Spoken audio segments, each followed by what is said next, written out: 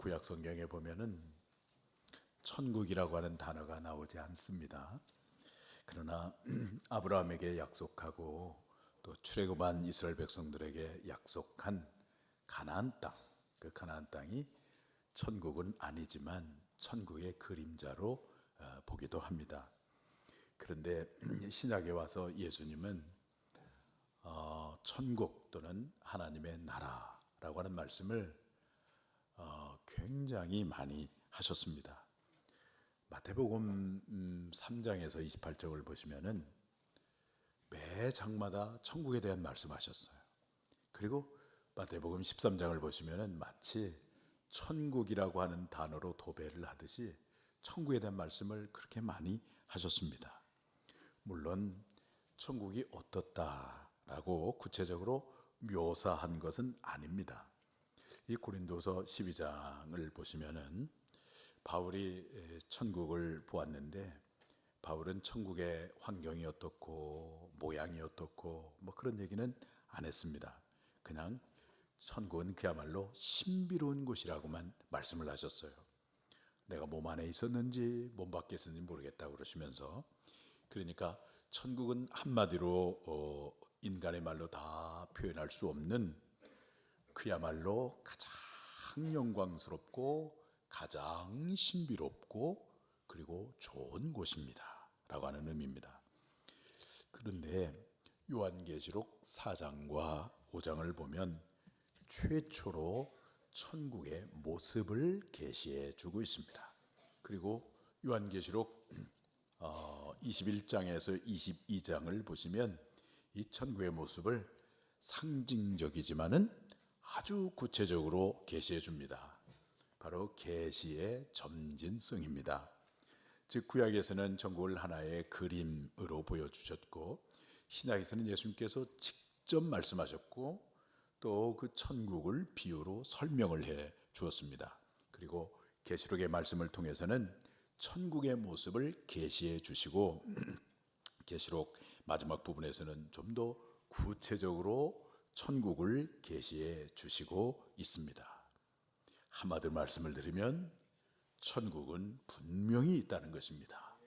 여러분, 천국이 있음을 믿으십니까? 예수님은 기회가 있을 때마다 천국에 대한 말씀 많이 하셨습니다. 예수님은 십자가에서 죽으시고 부활하신 분이시기 때문에 아마도 죽음과 죽음 저편의 세계에 대해서 너무나 잘 아시는 분이시기 때문에 천국과 지옥에 대한 말씀을 많이 하셨을 것이라고 생각을 합니다. 만약에 여러분 천국이 없다면 이 교회가 무슨 소용이 있겠습니까? 천국이 없다면 여러분이 가지고 있는 성경책은 하나의 소설책에 불과할 것입니다. 만약에 우리 성도님들이 천국을 목적으로 삶을 살지 않는다면 마치 망망대해를 목적지를 잃어버리고 표류하는 배와 같은 삶에 불과할 것입니다. 그러므로 오늘 살아가는 여러분들 천국에 대한 분명한 확신, 천국 신앙을 갖는 그런 여러분들이 되기를 바랍니다. 그렇다면 우리가 그토록 사모하는 이 천국, 오늘 말씀에 사도 요한이 바라보았던 그 천국은 어떤 곳이겠습니까? 오늘 말씀해 보니까 첫째는 성부 하나님, 성자 하나님, 성령 하나님이 계신 곳입니다. 이전 말씀 가운데 보니까 그 보호자 위에 앉으신 이라고 말씀하는데 이는 성부 하나님을 의미합니다. 그리고 5절 말씀 중에 보면 이는 하나님의 7영이라, 그 보호자 앞에 7영이 있다고 그랬는데 이는 성령 하나님을 의미합니다. 그리고 계시록 5장 6절을 보시면 한번 읽어볼까요?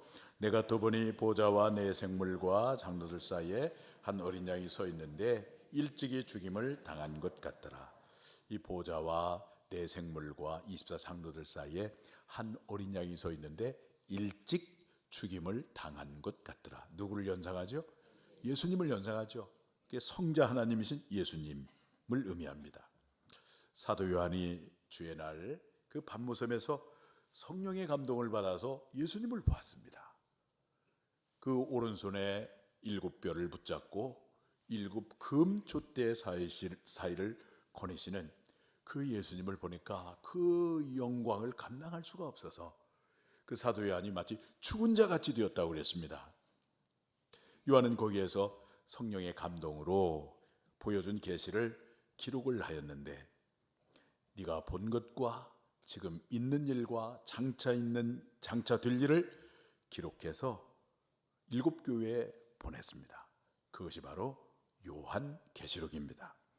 그 가운데 요한계시록 4장은 열린 하늘문을 보게 하신 후에 이리로 올라오라 해서 성령의 감동으로 최초의 천국의 모습을 보았는데, 먼저는 그 보좌에 앉으신 성부 하나님을 보게 되었고, 그리고 보좌 앞에는 7영 곧 성령님이 계시고, 보좌와 내 생물과 24장로들 사이에 한 어린 양이 서 있습니다. 바로 성자 하나님이신 예수님이 계심을 보았습니다.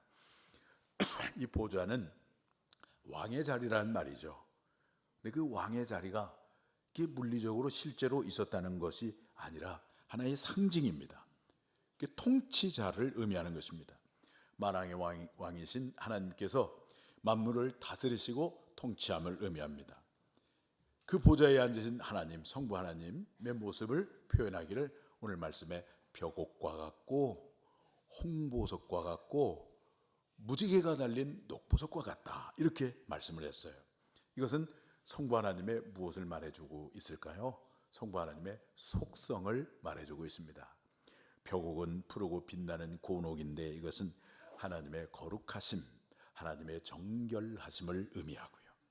홍보석은 홍옥 또는 루비라고 그러는데 이것은 하나님의 공의성과 심판성을 의미하는데 죄를 심판하시는 하나님을 말씀하고 있는 것입니다.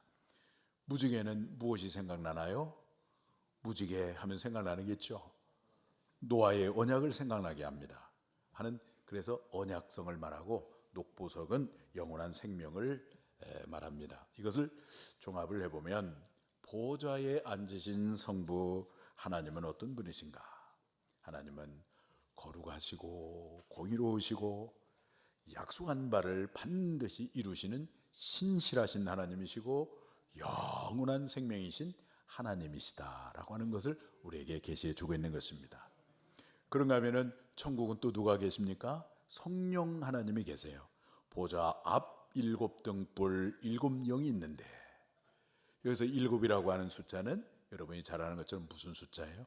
완전 숫자. 그러니까 보좌 앞에 7영이 계시다고 하는 것은 완전하신 영이 계시다는 것인데, 완전하신 영이 누구입니까? 완전하신 영이 어떤 영이세요? 성령님이십니다. 성령님. 그리고 천국에는 또 누가 계시는가? 성자 하나님이신 예수님이 계시죠. 내 생물과 24장로들 사이에 어린 양 예수 그리스도가 계십니다. 고린도전서 13장 2절을 보시면 사도 바울이 말씀하실 때 지금은 거울로 보는 것 같이 희미하나, 이 말이 이해가 되십니까? 우리는 거울로 보면 잘 보이잖아요. 여러분 이빨 속에 뭐가 낀 것도 다 보이잖아요. 그런데 왜 이런 말씀을 하셨을까? 사도 바울 당시의 거울은 오늘 우리가 지금 보고 있는 거울과 같을까요? 틀릴까요? 우리가 보는 거울이 아닙니다. 이렇게 금속을 잘 닦아가지고 거울로 사용하고 있으니까 흐릿하게 보이는 거예요. 우리 거울로 보는 것처럼 성부 하나님, 성자 하나님, 성령 하나님이 희미하게 보이는 거예요, 지금은요. 그런데 그때는 천상에서는 그 영광스러운 성부, 성자, 성령 하나님을 직접 보게 되고 온전히 알게 되고, 얼마나 좋습니까? 제가 일부 예배 천국에 대한 설교를 하니까 듣기 싫다고 하는 사람도 있더라고요. 목사님, 그 천국보다 지금 이 땅에서 잘 사는 게 좋아요. 그런 표정 같아요. 여러분은 어떠신지 모르겠어요. 저는 너무 좋아요, 이 천국이. 할렐루야. 그때 가면은 온전히 알게 된다는 거예요. 직접 영광스러운 성부, 성자, 성령 하나님을 뵙게 된다는 거예요. 근데 우리는 여기서 중요한 한 가지를 발견할 수가 있는데, 천국에 이렇게 성부, 성자, 성령 하나님이 계시는데 이걸 가리켜서 삼위일체로 존재한다고 그래요. 삼위일체라고 하는 말 설명하기가 쉽지 않은데, 성부 하나님, 성자 하나님, 성령 하나님이 각각 독립적이고 인격적으로 존재합니다. 그렇지만 이 본질과 속성이 똑같습니다. 그래서 결코 분리되지 않는 것을 말하는 거예요. 성부 하나님이 성자 하나님이 되었다가 성자 하나님 예수님이 또 성령 하나님이 이렇게 성령 하나님으로 변신했다가 그렇게 되는 게 아니에요. 각각 독립적으로 존재하는데 본질과 속성이 똑같기 때문에 결국 분리되지 않아요. 그러니까 구분은 되는데 분리는 되지 않고, 그리고 연합해서 존재해요. 그런데 연합은 되는데 또 혼합되지 않는 것입니다. 다시 말하면 삼위일체 하나님이 이제 완전한 사랑으로 완전한 연합을 이루어서 하나 된 공동체로 존재하시는 거예요. 거기에 뭐가 있습니까? 하나님의 영광이 있는 거예요. 이것을 예수님께서 십자가의 죽음을 앞두고 요한복음 17장 5절에 마지막 대제사장적인 기도를 할 때 이 말씀을 언급을 했습니다. 한번 보겠습니다. 아버지여, 창세전에 내가 아버지와 함께 가졌던 영화로서 지금도 아버지와 함께 나를 영화롭게 하옵소서. 아버지여, 창세전에 내가 아버지와 함께 가졌던 영화, 그게 바로 천국의 영광을 말하고 있는 거예요. 삼위일체 하나님의 그 영광을 말하고 있는 거예요. 그러기에 이 요한이 본 천국은 어떤 것이냐? 한없는 하나님의 영광이 충만한 곳이 바로 천국입니다. 하나님은 그 놀라운 하나님의 영광의 천국을 이 땅에 미리 맛보도록 하기 위하여 이 땅에 교회를 세워주셨습니다. 성부 하나님께서 어느 날 성자 하나님이신 예수 그리스도를 이 땅에 보내주시고 십자가에서 죽으시고 부활하심으로 우리를 죄에서 대속해 주시고 성령님께서 우리를 하나님 나라의 새 백성으로 인쳐 주셔서 우리가 하나님 나라의 새 백성이 되었어요. 하나님 나라의 새 백성 된 모임, 그것이 바로 무엇입니까? 그게 바로 교회입니다. 그러므로 교회된 우리들이 이 땅에서 여러분들이 다 다르잖아요. 얼굴 모양도 다르고 다 다르지만 그러나 결코 분리되지 않고 연합되어져 있지만 그러나 혼합되지 않은 가운데 삼위일체 하나님의 존재 방식처럼 오늘 우리들도 공동체로 존재해야 합니다. 공동체로. 그래야만 거기에 하나님의 영광이 나타나는 거예요. 그래야만 이 교회가 무시당하지 않는 거예요. 그래야만 세상 사람들에게 신비와 동경의 대상이 되는 거예요. 공동체로 존재해야 돼. 그런데 이렇게 공동체로 존재하기 위해서는 오늘 여러분 각자가 무엇이 있어야 되냐면 여러분의 가슴 속에 십자가의 사랑이 있어야 됩니다. 십자가의 사랑이 있어야 돼요. 십자가의 사랑이 무엇입니까? 십자가의 사랑은 다른 사람을 억누르고 내가 무엇인가를 욕망을 추구하는 게 아니고 그 반대예요. 나를 희생해서 저 사람을 세워주는 게 십자가의 사랑이에요. 할렐루야. 그러면 우리가 연합될 수 있습니다. 공동체로 존재할 수 있습니다. 거기에 하나님의 영광이 찬란하게 나타나게 되고 이 영광이 세상 속에 선포되는 거예요. 완상교회 갔더니 다르다고. 뭔가 이렇게 다르다고. 왜 저 사람들은 저렇게 남을 도와주고 섬기고 남을 위해서 눈물을 흘리면서 기도하는지 모르겠다고. 놀라는 거예요. 옛날 초대교회가 그랬거든요. 오늘 여러분들이 여러분의 가슴 속에 십자가의 사랑이 충만함으로 삼위일체의 하나님이 이렇게 공동체로 존재하는 것처럼 이 땅에서 십자가의 사랑으로 우리가 공동체로 존재함으로 이 땅에서 우리가 미리 천국을 맛보고 경험하다가 주님이 부르시는 그날에 정말 영광스러운 천국의 주인공들이 다 되시기를 주님의 이름으로 축원합니다. 우리가 그토록 사모하는 천국, 요한이 본 천국은 어떤 곳이겠습니까? 첫째는 성부, 성자, 성령 하나님이 계신 곳이고요. 둘째는 구원받은 성도들이 영광을 누리는 곳입니다. 오늘 4절 말씀 한번 보겠습니다. 시작. 또 보좌에 둘러 24보좌들이 있고 그 보좌들 위에 24장로들이 흰옷을 입고 머리에 금관을 쓰고 앉았더라. 천국은 24보좌 위에 누가 있습니까? 24 장로가 있습니다. 자, 그러면 24는 무엇을 의미하는 것일까요? 24. 구약에 12지파가 있고 신약에는 12사도가 있습니다. 이걸 합한 숫자가 24지요. 그러니까 여기서 말하는 24 장로는 구약과 신약에서 구원받은 모든 백성들을 대표하는 그런 숫자를 가리키는 것입니다. 24 장로들만 보좌에 있으니까 장로가 되어야 천국에 가는 것이구나, 그렇게 생각하면 안 돼요. 그죠? 하나의 상징입니다. 근데 그 구원받은 백성들이 어디에 있어요? 어디에 있어요? 보좌에 있어요. 보좌에. 그런데 이 보좌는 어떤 보좌? 똑같으냐면 성부 하나님이 앉은 보좌와 똑같은 단어예요. 하나님의 영광과 똑같은 신적인 영광을 구원받은 백성들이 누리게 됨을 말씀하고 있는 것입니다. 천국은 아담 이후부터 주님이 재림할 때까지 구원받은 성도들이 있는 곳입니다. 앉는 곳입니다. 그러게 거기에는 추기철 목사님도 계시고 사도 바울도 계시고 손양원 목사님도 계시고 옛날 우리 교회 원로 목사님이셨던 김윤식 목사님도 계실 것이고 여명택 목사님도 계실 것이고 얼마 전에 돌아가신 우리 믿음의 우리 성도님들도 계실 것이고, 그리고 이제 저와 여러분들이 이제 천국에 이제 장차 신입생이 되어서 앉아 있게 될 것입니다. 기쁘지 않습니까? 그리고 거기에서 하나님의 영광과 권세를 누리게 될 것입니다. 요한계시록 3장 21절 한번 보겠어요. 시작.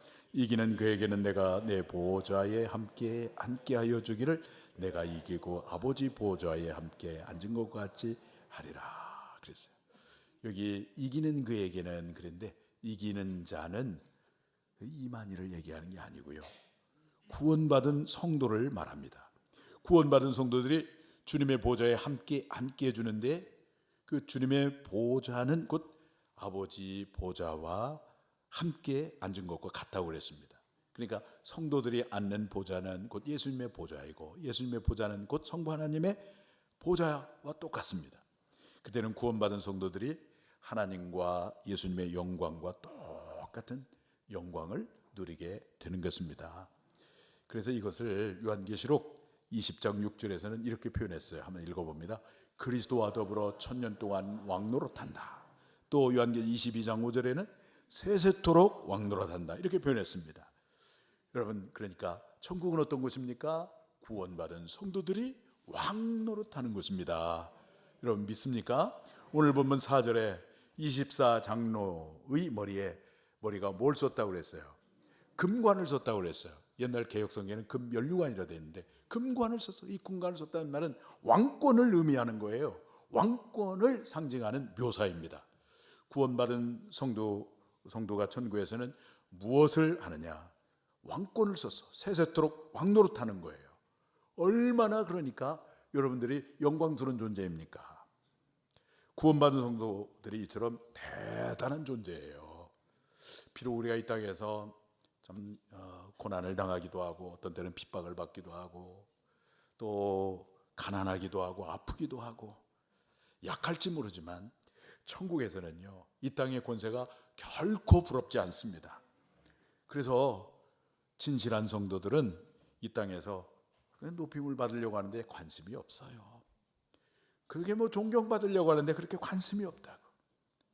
왜냐하면 그 영광스러운 천국을 알면은 이 세상이 그렇게 부럽지 않습니다. 별로 이렇게 공감이 안 되는 모양이에요. 아멘을 안 하시는. 그 천국의 영광이 우리 천국의 이 세상의 그 무엇과 비교할 수 없는 질이 다르고 차원이 다르는 그 영광을 마침내 누리게 될 존재들이라고 여러분들이. 그러니 여기서 높여달라고 이렇게 할 필요가 없는 거예요. 그죠? 그런 사람이 혹시 예수 믿는 사람 가운데 있다 그러면은 미안하지만 그 사람은 천국 가기 어려울 사람이에요. 막 또 이장이 되려고 그러고 되려고 하는 사람이, 이게 문제가 심각한 사람이에요. 제가 이 노래를 부르면 여러분 웃을랑가 모르겠는데 제가 대학교 한 1, 2학년 때 이 노래 좀 불렀어요. 한번 불러볼까요? 세상 사람 날 부러워하니하여도 나도 역시 세상 사람 부럽지 않네.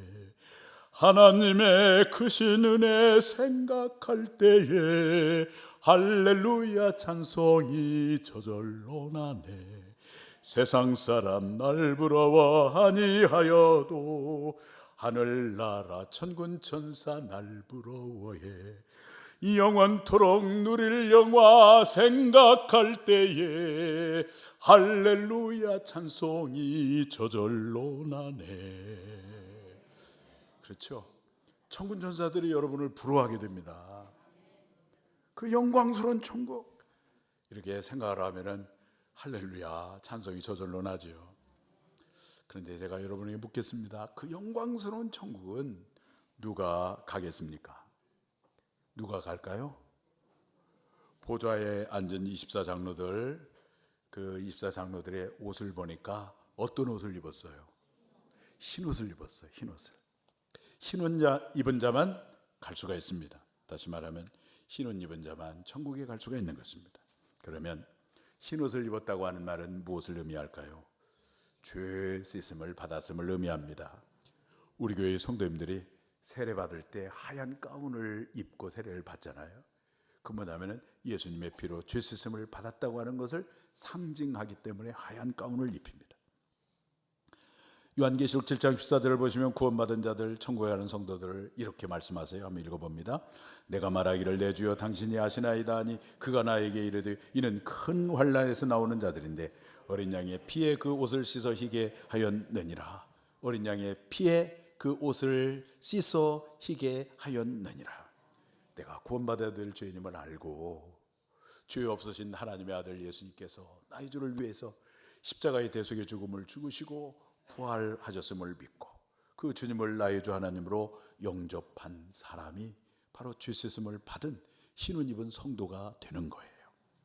그래서 예수님 말씀하셨습니다. 요한복음 14장 6절에 예수께서 이르시되 내가 곧 길이요 진리요 생명이니 나로 말미암 자고는 아버지께로 올 자가 없느니라. 오직 예수님을 믿음으로 천국 가는 겁니다. 오늘 본문을 잘 보시면 어린 양 예수 그리스도가 어디에 계시냐면 보좌와 피조물을 대표하는 내생물과 그리고 구원받은 자들을 대표하는 24장로들 사이에 계십니다. 이것은 뭘 의미하냐면 구원의 유일한 중보자는 예수 그리스도밖에 없다는 거예요. 예수 그리스도 외에 우리가 어떤 종교적인 열심이나 인간의 선행이나 노력이나 어떤 것을 다 동원해도 우린 구원받을 수가 없고 천국에 갈 수가 없어요. 오직 유일한 구원의 중보자이신 어린 양 예수 그리스도의 피를 힘입어서 우리가 죄 씻음을 받은 자만이 천국에 갈 수가 있는 것입니다. 그래서 그 예수님을 영접하면 우리가 하나님의 자녀가 돼요. 예수님께서 이 천국을 요한복음의 14장 2절에 표현하기를 아버지 집이라고 그랬거든요. 아버지 집이니까 아버지와의 관계 속에서 생각할 때 아버지의 누구가 아버지 집에 갑니까? 아버지의 누가? 아버지의 친구? 아버지의 자녀가 가는 거죠. 근데 어떻게 하면 아버지의 자녀가 돼요? 예수님을 영접하면 아버지의 자녀가 되는 거예요. 요한복음 1장 12절 한번 보겠습니다. 시작. 영접하는 자 곧 그 이름을 믿는 자들에게는 하나님의 자녀가 되는 권세를 주셨으니. 저 영광스러운 천국의 24 보좌에 앉을 그 찬란한 소망을 바라보면서 오늘 사랑하는 여러분, 예수님을 나의 주 하나님으로 꼭 영접하시고 영접하지 못하신 분이 계시면 꼭 영접하시고 영접하신 분들은 날마다 회개하고 성령의 새롭게 하심을 받는 삶을 살아서 언젠가 주께서 부르시는 그날에 여러분 모두가 흰 옷 입은 천국의 주인공이 되어서 세세토록 주님과 더불어 왕노릇하는 여러분 모두가 되기를 축복합니다. 우리가 그토록 사모하는 천국, 요한이 본 천국 어떤 곳인가? 첫째는 성부, 성자, 성령 하나님이 계신 곳이고, 둘째는 구원받은 성도들이 영광을 누리는 곳이고, 세 번째는 하늘의 피조물 천사들이 예배하는 곳입니다. 6절 말씀 보겠습니다. 보좌 앞에 수정과 같은 유리바다가 있고 보좌 가운데와 보좌 주위에 네 생물이 있는데 앞뒤에 눈들이 가득하더라. 보좌 주위에 뭐가 있어요? 네 생물이 있어요. 그 네 생물은 무엇일까요? 하늘의 피조물, 곧 천사들을 대표하는 존재들입니다. 이들이 밤낮 쉬지 아니하고 예배를 드립니다. 천국 하나님을 보필하고 보좌하는 자들이 있습니다. 그들이 곧 천사장들입니다. 에스겔 10장 20절을 한번 보겠어요. 시작. 그래서 내가 그발 강가에서 보던 이스라엘의 하나님 아래에 있던 생물이라. 그들이 그룹인 줄을 내가 아니라. 하나님 아래에 있던 생물이 있는데 그들이 곧 누구라는 말입니까? 에스겔이 그룹인 줄을 내가 아노라 그랬어요. 그룹 천사장들입니다. 오늘 보면 7절 말씀에 그 네 생물을 소개하고 있는데, 첫째 생물은 사자 같고, 둘째 생물은 송아지 같고, 셋째 생물은 얼굴이 사람 같고, 넷째 생물은 날아가는 독수리 같다, 이렇게 말씀을 했는데, 사자는 용맹을 상징하고, 송아지는 힘과 희생을 상징하고, 그리고 얼굴이 사람 같다고 하는 말은 지혜를 상징하고, 날아가는 독수리 같다는 말은 신속함을 상징합니다. 그런 네 생물이 밤낮 쉬지 않고 무엇을 하느냐? 하나님을 찬양하는 일을 해요. 그런데 그 찬양하는 내용이 무엇입니까? 거룩하다 거룩하다 주 하나님 전능하신 이여, 이렇게 찬양을 합니다.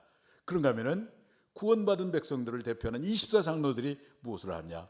머리에 쓰고 있는 이 금관을 이제 하나님께 던지며 엎드려 경배를 합니다. 뭐라고 경배합니까? 한번 보겠어요. 시작. 영광과 존귀와 권능을 받으심이 합당하오며, 이렇게 경배를 합니다. 그러니까 이 천국이 얼마나 영광스러운지 모릅니다. 요한이 본 천국, 요한계시록 4장과 5장의 천국, 한마디로 예배가 가득 차 있는 곳입니다. 예배가, 내 생물들이 찬송하고요, 구원받은 백성들이 또 찬송하고요. 그러므로 천국을 반영하는 진정한 교인은 예배의 공동체여야 하는 것입니다. 그래서 성경에 보면 이 초대교회 성도를 보면 그 날마다 모여서 예배를 드렸대요. 예배가 지루하지 않았어요. 예배가 이렇게 실증나지 않았어요. 모이기만 하면 찬송하고 예배를 드렸어요. 초대교회 경건한 성도들은 하루에 3번씩 시간을 정해서 예배를 드렸고요. 저 구약의 다니엘도 하루에 3번씩 시간을 정해서 예루살렘을 바라보며 예배를 드렸습니다. 구원받은 성도의 특징, 그리고 진정한 교회의 특징은 뭐냐면 예배 공동체, 예배하는 성도인 것입니다. 그래서 무엇이 우리의 우선순위가 되어야 되냐면 예배가 우선순위가 되어야 합니다. 요한계시록 11장 1절 한번 보겠어요. 시작. 또 내게 지팡이 같은 갈대를 주며 말하기를, 일어나서 하나님의 성전과 제단과 그 안에서 경배하는 자들을 측량하되. 여러분, 하나님이 측량을 하는데 누구를 측량합니까? 성전과 제단과 그 안에서 뭐하는 자를? 경배하는 자를, 예배하는 자를 측량하는 거예요. 예배하는 자를 하나님이 카운트하는 거예요. 예배하는 자를 진정한 구원자로 인정해 주는 거예요. 그런데 2절을 보십시오. 무서운 말씀이 나옵니다. 2절 시작. 그러나 성전 바깥마당은 측량하지 않고 그냥 두라. 이것은 이방인에게 주었은즉 그들이 거룩한 성을 42달 동안 짓밟으리라. 바깥마당은 측량하지 않습니다. 성전 안에 못 들어온 사람 측량하지 않아요. 이방인에게 주었다는 겁니다. 42달 동안 거기서 짓밟힘을 당할 거라고 말씀을 하고 있어요. 그러면 그들이 누구입니까? 예배 실패자, 예배 실패자를 의미하는 거예요. 요한이 본 천국은 성부, 성자, 성령 하나님이 계신 곳입니다. 그리고 그 천국은 24보좌에 24장로들이 있는데 이 구원받은 성도들이 천국의 영광을 누림을 말합니다. 그런데 그 천국은 한마디로 어떤 곳이냐? 이 천사장들이, 그리고 구원받은 백성들이 밤낮 뭐 하는 거예요? 예배하는 곳입니다. 예배하는 것. 사랑하는 여러분, 오늘 우리 모두가 우리를 구원하시기 위해서 오신 예수님을 인격적으로 영접하고 믿음으로 살아서 천국에 합당한 성도가 되기를 축복합니다. 그러기 위해서 삼위일체 하나님께서 천국의 공동체로 존재하신 것처럼 오늘 또 나의 자아를 죽이고 대신에 복음 안에서 십자가의 사랑으로 나를 희생하고 다른 사람을 세워주는 이 십자가의 사랑으로 연합해서 오늘 우리 완산교회도 아름다운 하나 된 공동체를 이루어 가시기를 축복합니다. 그래야 날마다 구원의 기쁨과 감격으로 하나님을 예배함으로 그 영광스러운 천국에 합당한 여러분 모두가 되기를 주의 이름으로 축원합니다.